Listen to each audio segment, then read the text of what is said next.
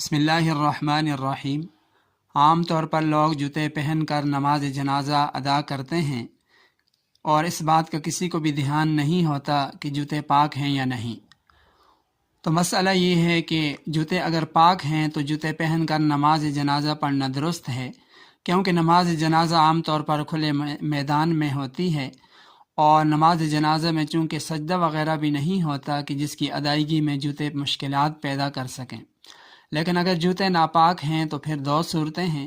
اگر جوتے اوپر والی طرف سے ناپاک ہیں تو بہرحال جوتے اتار کر نماز جنازہ ادا کرنا ضروری ہے، لیکن اگر جوتے نیچے والی طرف سے ناپاک ہیں تو پھر جوتے سے پاؤں نکال کر جوتوں کے اوپر پاؤں رکھ کر نماز جنازہ ادا کرنا ضروری ہے، ورنہ نماز درست نہیں ہوگی۔ اہم مسائل جاننے کے لیے ہماری ویڈیو کو لائک کیجیے، شیئر کیجیے اور چینل کو سبسکرائب کیجیے۔